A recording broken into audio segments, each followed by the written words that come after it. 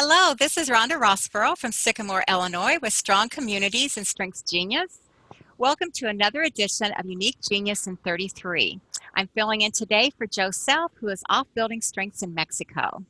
We have the pleasure today of talking with Dr. Denise Schoenbachler from Monroe Center, Illinois. She's joining us today to talk about her marvelous talent of empathy.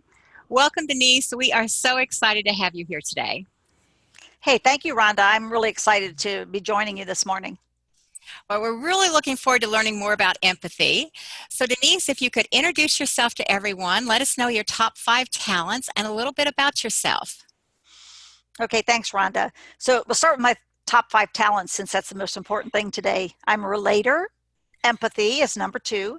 Strategic, developer, and input. And I am currently a professor of marketing at Northern Illinois University in DeKalb, Illinois. And prior to that, I was the dean of the business school for 10 years. I currently also am director of a women's leadership institute where we focus on developing young women, college students, and trying to make the world a better place for them in terms of leadership development. Thank you, Denise. And for those of you who are not as familiar with empathy, according to Gallup, people exceptionally talented in the empathy theme, they can sense other people's feelings by imagining themselves in others' lives or other situations. So if you've listened to prior episodes, you know that we always look at 2 aspects of each talent, a celebrate and an evaluate aspect. So Denise, I'm going to read 4 points that we can celebrate what's really awesome about your talent of empathy. And then I want to know how these resonate with you. And feel free to share any stories that highlight this talent for you. Does that sound okay? Sounds perfect. Okay. So 4 aspects of empathy that we celebrate are feeling what others are feeling, how you can read a room, expressing your emotions with ease, and your kindness. So Denise, how do those points resonate with you? You know, Rhonda, certainly number 1, 2, and 4 really resonate with me. Feeling what others feel. I think to me that's what the core of what this strength is all about, is that ability to, it's like instinctive, to feel the way other people are feeling so you can really understand where they're coming from. And I think I've experienced that professionally a number of times where I'm with somebody, I'm with a student currently, and talking with them, and I just intuitively feel what they're feeling, right? As they're telling me a story or telling me what's going on, and I think that helps me to be a better professor and to work with them. Reading a room, that's one that really resonated with me when you mentioned that, and something that we celebrate about this strength.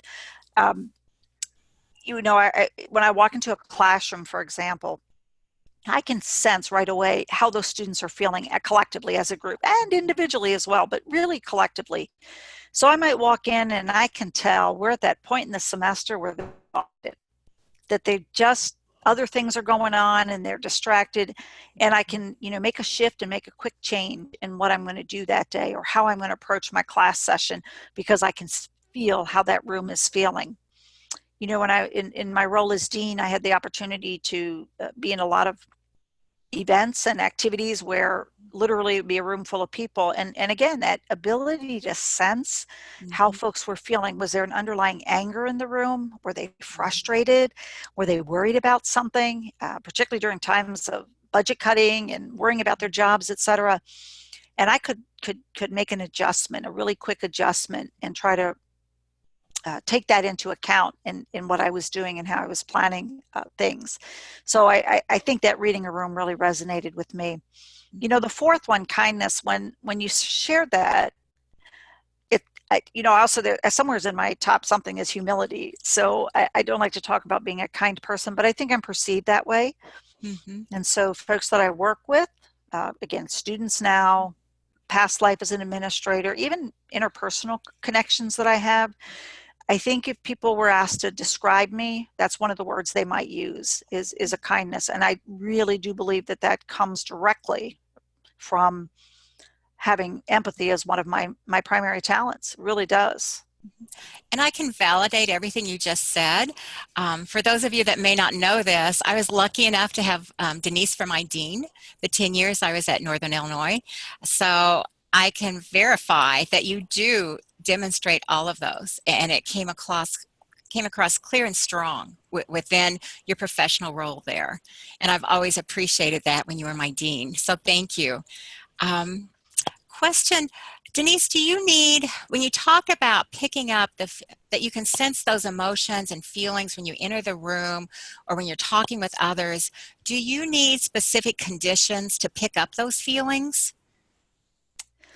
I don't think so, Rhonda, because as I think about this, there's a lot of different contexts where it's happened. So again, I could walk into, we had large college, all college meetings a couple times a year, and there might be, 120 people in the room. And again, just the chatter in the room or the initial and body language, I kind of knew how people were feeling, right? Or I knew what the context was. So again, bringing up budget times, there were times in my deanship when we really struggled financially, as a Mhm. lot of state universities did. And I knew that folks were just feeling a lot of anxiety. And then there were other times that it was a beautiful day. We were getting ready to launch a semester, and I could tell everybody was excited and enthusiastic and could leverage that. Similarly, I could do one-on-one meetings with folks and could Mhm. tell again when I started to meet with them what was going on and what they were feeling, and pretty quickly, and then make some adjustments where needed Mhm. in that interaction. So what I think I'm hearing is that when you're in the presence of people, it comes very easily to you. I'm It curious, does. what about electronic communications? How does it Boy, show up? Does it or how does it show up there differently? that's interesting because for me, that's a frustration, right? So today, as we do more and more electronic communication, whether it's email or texting um, or just the when I'm on a phone or in an interaction, it's okay. But Mhm. that's a frustration because I that face to face, a lot of it is about the body language, Mhm. auras, right, tone of Yes. voice that tells you something about how somebody is feeling. It's a little harder to get that, and I think sometimes people are a, more careful and more intentional about not revealing their feelings, maybe in Mhm. email or some sort of electronic communication. So, we have to be really careful of that. The opposite is sometimes they're more willing and open to talk Mhm. about their feelings when they can hide behind the face. I recently had the experience of, for the first time, teaching an online class. And that's something that I'm starting to see, is that in discussion boards and places where students are allowed to express their feelings Mhm. without anybody really seeing them. Uh-huh. So for me, the jury's out a little bit on that. Mhm. I'm more comfortable and used to that face-to-face interaction, and I feel like I can sense it better. But maybe I'll adapt to that or be able to pick that up more as as I'm more comfortable, right, with electronic communication being the norm. And I find that the better I know the person, then I can pick up on keywords, emojis, and their punctuation, which tells me their emotions. But if I don't know that person that well, I can't read it either via some of the electronic communication. So it's for empathy, it can be a little frustrating from that aspect. Yeah, absolutely. You're right. Somebody may be a 10 emoji person all the time, and just because they're giving you 10 emojis doesn't mean anything. They're not showing you anything. Hmm. Well, let's move on to evaluate. And these are 4 questions to ask yourself to make sure you're using your empathy talent at its very best. And those are, am I taking on the feelings of others too personally? Do I express my feelings adequately and appropriately? Am I being taken advantage of by others? And do I have clear boundaries? Do any of those resonate with you? So number one, let's talk about that one first, okay? Not only because it's first on the list, but it certainly is the one that, resonates with me a lot, and that is this taking on the feelings of others. I think that's one of the challenges of somebody that has a talent of empathy. Mhm. So the positive side, right? We're able to read other people's feelings and understand them, but the negative piece or the evaluator piece is taking them on or owning too much of that. And it's interesting, Rhonda, because when I look at my career path, as we talked about, I spent 10 years as dean of the business school, and I can say that a pretty significant part of the reason that I made the decision to step back and become a faculty member again after that 10-year run might be because of my empathy and that Mhm. tendency to take on the emotions and feelings of others. It was frankly exhausting. Uh-huh. So to want to, if you think about in those kind of roles, in many leadership roles, you've got a lot of different constituents Mhm. to work with. And if you take on or own some of their feelings and emotions, et cetera, or have that ability to reading a room, it takes an emotional toll. And I found that I was exhausted a lot of times after meetings, interactions, engagements that involved a lot of opportunity for me to read a Yes. room or feel a room or sense or interact with people. Just give you a couple of very specific examples. Again, in the role of a dean of business school, I sometimes had a very difficult, uh, cha- challenging situations where we might have a death and a student Mhm. situation, and then I had to work with faculty and work with other students to try to help bring them back. And again, I think the empathy, strength, or talent really served me well in those situations because I could sense how a faculty member was feeling, what they were going through, or a student or the whole class when they looked at that empty seat in the room. Mhm. But over time, the buildup of those kinds of emotional relationships, right, and that understanding did get exhausting. And I do look back and feel like that was part of what was a challenge. I needed space away and time away. Mhm. And it wasn't so much the energy it took to do the Mhm. job and be many places at different times and Mhm. travel, which, as you know from experiencing it, is in a lot of leadership positions, you've Mhm. got a lot of that going on. But it was more the tiring aspect of being an empathetic leader. Mhm. What about setting boundaries? How do you do that with your empathy? That's another, when you say evaluate and think about that, and it's interesting because when I look at this in the context of this talent that I have, I always think of setting boundaries more in terms of my time and setting boundaries in terms of the demands of folks on my time. But when I think about it in this context, it makes me Mhm. think about again how you can protect yourself from the emotional exhaustion better, and maybe something I could have done better and I can continue to work on with Mhm. respect to empathy by setting those boundaries a little bit and saying, okay, I'm not going to own this one. I'm not going to allow this person's emotions, feelings, etc., to really get too close or to Mhm. invest too much of my emotional energy in it, to protect myself. So I don't think that's something I did particularly well or do particularly well because I really never thought that much about it until I started to study my talents a little bit more. Mhm. That's, and I think all of our talents have those instances where we go a little more too much, too strong into it. And it's hard to recognize at that time that we're there. And Right. then with more self-awareness and self-management, we start to recognize it. Mm-hmm. Um, do you, are there ways that you can recognize that you're to that point and you know you need to back off or pull back out a little and balance with your other talents a bit more?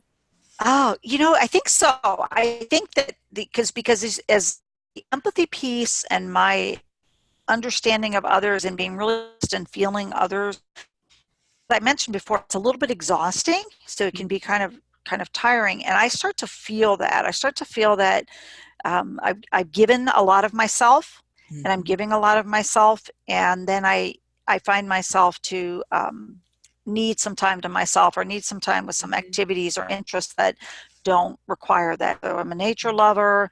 I've got a horse. I love horseback riding, right? And she doesn't demand too much of me, Mm-hmm. although she's responsive to emotions too.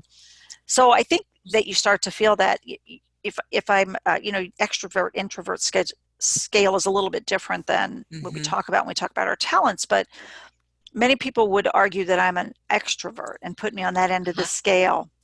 I put myself in the middle, and I Uh-huh. think part of that is because when you are strong in this empathy and even some of my other talents, Mm-hmm. right, when the whole picture comes together, I need some time and space away to let those to settle a little bit because again, one part of empathy is really investing in Mm-hmm. relationships, right? You invest in your Yes. friends, you invest in your Mm-hmm. relationships and put a lot of emotional energy into them. Um, you need a little space from it. Sometimes you just need to be away from that.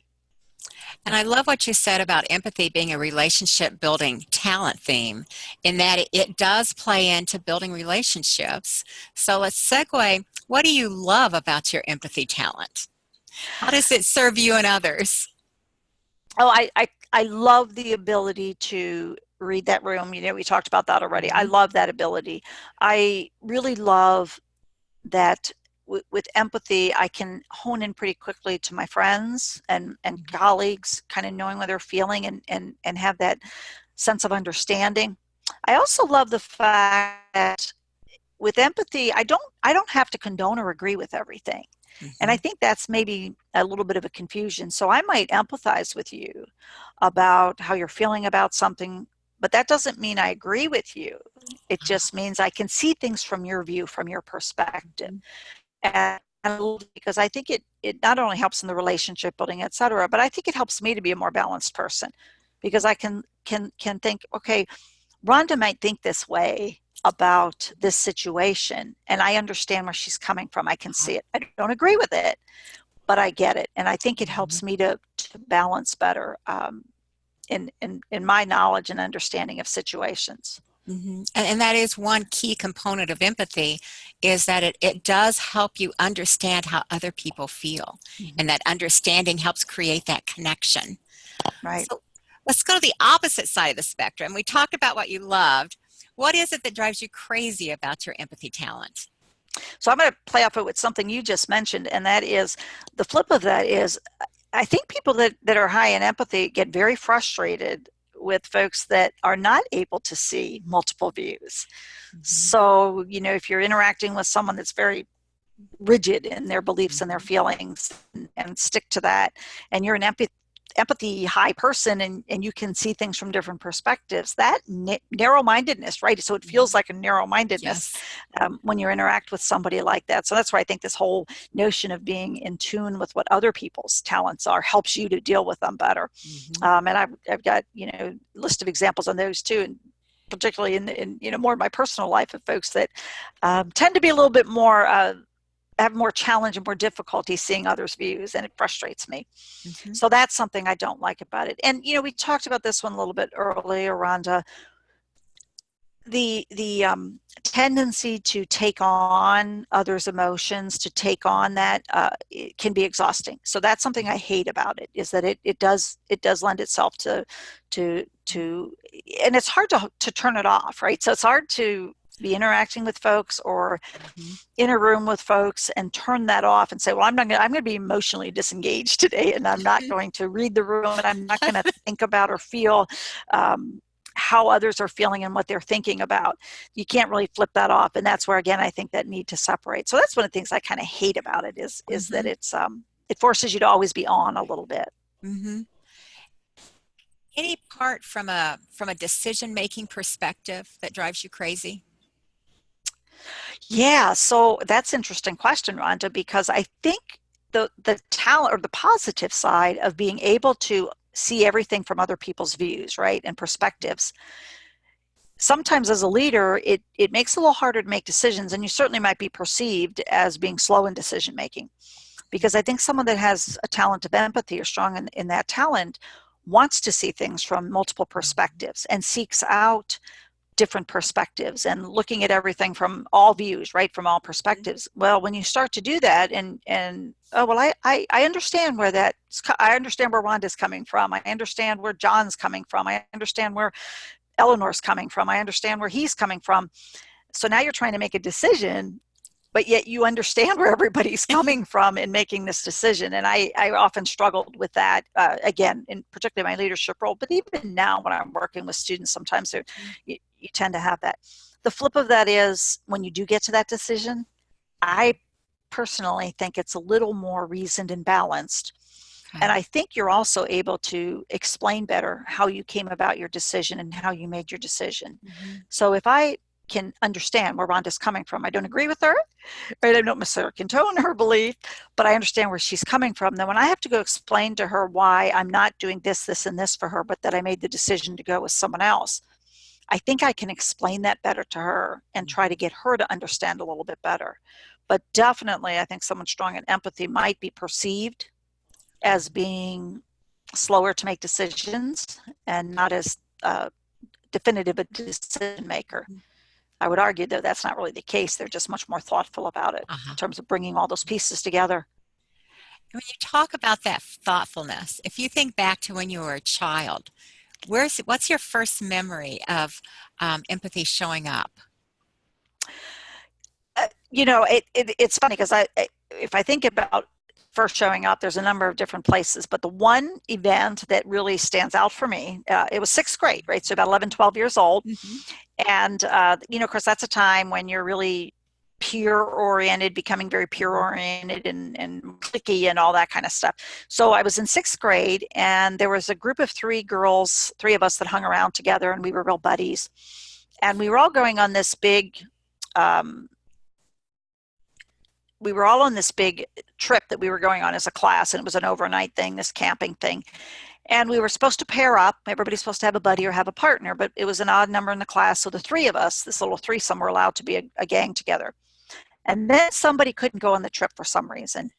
And all of a sudden we had an odd person out in the class, and she wasn't real popular and not everybody liked her. It was just, she was a quiet girl, didn't click as much. And I remember the principal of the school came to me and asked me to be the one that would separate out from this little group, and be Anne. Her name was Anne's partner for this trip. And I can remember, Rhonda, feeling all of that empathy, Hmm. strength, just kind of almost well up, because it wasn't sympathy. I didn't feel sorry for her, Hmm. but I understood she must be feeling to be sitting there in this class and not having a partner, Yeah. and jumping to go be her partner. Hmm. Um, so I took on that role, right? The end of the story is we had a wonderful trip and we had a wonderful time. But I always remember, it's funny, right, how you remember certain things. I always remember that, and my feelings of complete, that empathy of knowing how she Hmm. was feeling and being in her shoes. And I think that's interesting that when you look at, I'd be curious to know what the gang thought about you leaving them to go with her. And I think a lot of times with empathy, you unknowingly or knowingly do that now as an adult. Would you say that's true? Absolutely, absolutely. I think that again, that or we talk about we mentioned our Women's Leadership Institute, and I'm director, and part of that is about helping young women, students Hmm. in the undergrad and college level, to become better leaders. And we host a number of mock networking events to try to get them comfortable in business environments and contexts that they're going to experience. And we really work on and talk about, how do you handle and manage when you're that one standing by yourself in a room. Hmm. But boy, somebody that's strong in empathy can look around a room and see that person standing in a corner by themselves and know that you need to go over there, right, and introduce yourself and start that Hmm. conversation and help bring them into the fold.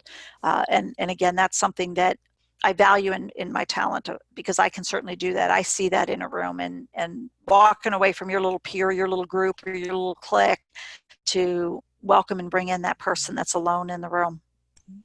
What do you wish others knew about this talent that might alleviate some misunderstandings if they only knew what you knew about empathy? Rhonda, I think one of the first thing, and I keep going back to this notion of exhaustion part of it. I think it's important that, and you mentioned there's a kindness that, I think this strength also tends to draw other people toward you, right? So Hmm. because you have this strength or this talent, others are drawn to you. We all like to be around people that are kind, that understand us, that get where we're coming from, that they feel they can talk to you, because you're not going to argue or fight with them. You're going to see things from their view. Again, whether you agree with it or condone it is different. Um, and so you tend to collect a lot of people, and you tend to get in conversations that go down the path pretty quickly, where they're leaning on you or depending on you to hear their views, hear their problems, right? Listen to the Hmm. problems or situations. And the fact that can get a little bit tiring and exhausting, and then to understand when you kind of go into, call it, your hermit mode, right, where you have to be a hermit Uh-huh. for a while. So I think that if folks understood that when you're strong in this empathy talent, you need that space away and that time away, even though they don't, it's hard to understand why, because you seem to be this kind, outgoing kind of person. I think that would be helpful. And then the other piece, again, we mentioned a little bit earlier about decision making. And so when you're working for, you're working with a leader who has empathy as one of their core talents or key talents, that person may come across or seem to be less decisive. They may seem to not get to a decision as quickly, but understand that it is that talent that they're going to, from looking at things from everybody's perspective. I love that.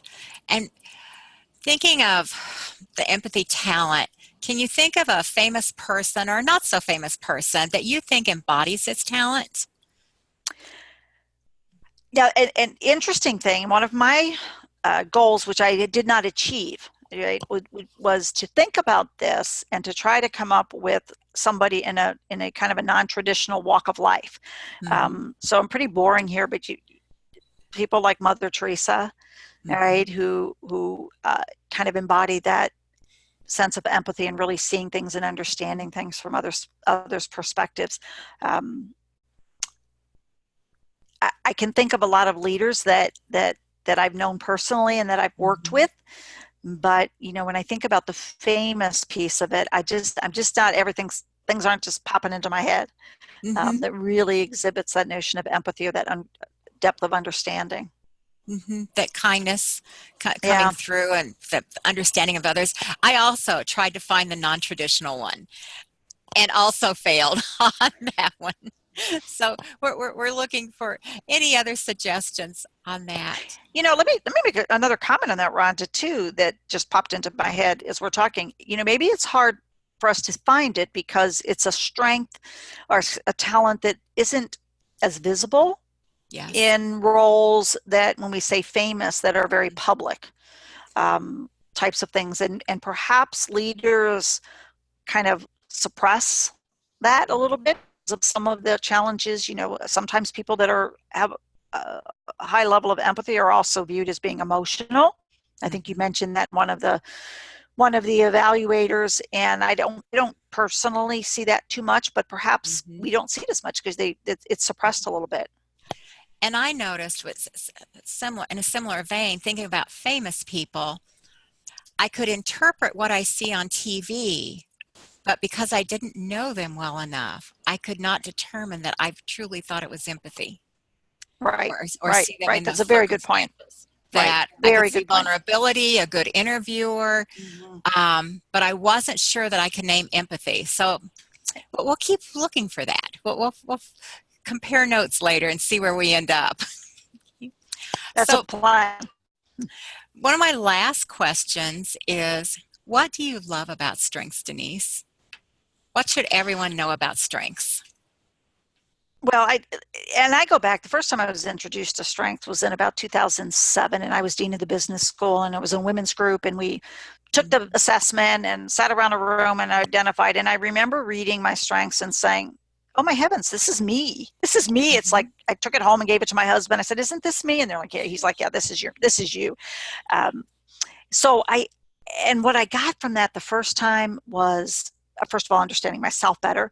But man, I could parlay that understanding of my strengths into working with my leadership team. I remember having somebody on my staff that I was so frustrated with. I just couldn't deal with him.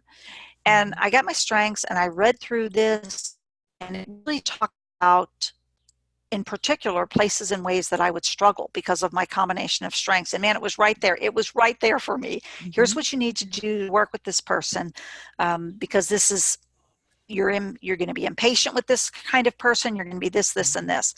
So throughout my time as a dean, I would pull that out from time to time and reread it. And now as a faculty member, and it's interesting too, Rhonda, as you know, my top 5 talents have shifted a little bit. And I see that the ones that are at the highlight in the top now are so relevant to me being a great teacher and a great professor and developing students. All of them come together in that. So I had my family take it. and I understood my son, who was a Mhm. very frustrating. So any of you that have adult children out there that you can't understand or even college age, do this with them, because all of a sudden I could see and he could see why he is the way he is. Yeah.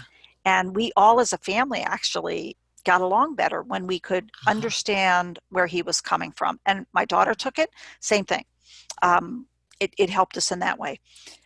I also, when I was in leadership role, one of the things that we did in the college business was we had every Mhm. staff member in the college took strengths. So at that time it was the book, right? We got the Uh-huh. book and got the code. And then we had the teams work together in the units that they worked in so that they could work better together.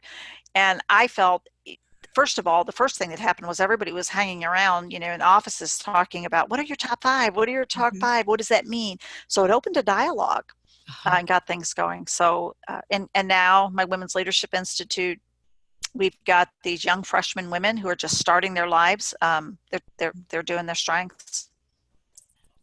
Denise, I want to thank you because I was part of that group that you introduced strengths to, and that's what made me become a strengths coach. That I thought it was so life-changing and how it could affect the relationships between people, jobs, experiences, and how to create common goals. So thank you. That was life-changing for me also.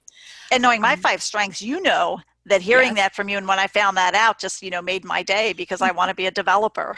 Yes, and you have been. It's helped me tremendously. Well, I hate to say it, but we're out of time today. I wasn't ready for this time to be over. I want to thank you so much, Denise. This has been so helpful in learning more about empathy and how it applies in leadership roles and personally and in just everyday application. So thank you very much. You're welcome. Thanks for having me today. Well, everyone, thanks for joining us this week. We are here each Wednesday at 11:30 Central, 12:30 Eastern time zones, doing a deep dive into everyday applications of talent. Be sure to join our Facebook group, search for Strengths-Based Strong Communities. We'd love to continue the discussion there. Also, check out our Alexa Flash briefings. Say, Alexa, play me the Strong Communities briefing. And if you don't have Alexa, you may go to strongcommunities.podbean.com and subscribe. That's strongcommunities.podbean, Podbean.com. And Podbean, Strong Communities on Podbean is a great way to catch up on past briefings. You can listen to them on your own schedule, 1 minute at a time. We dive into a talent each week, talk about its contributions, its refined and raw states, and how it might show up in your family and community. So I look forward to seeing you next week on Unique Genius 33. Thank you and have a wonderful week.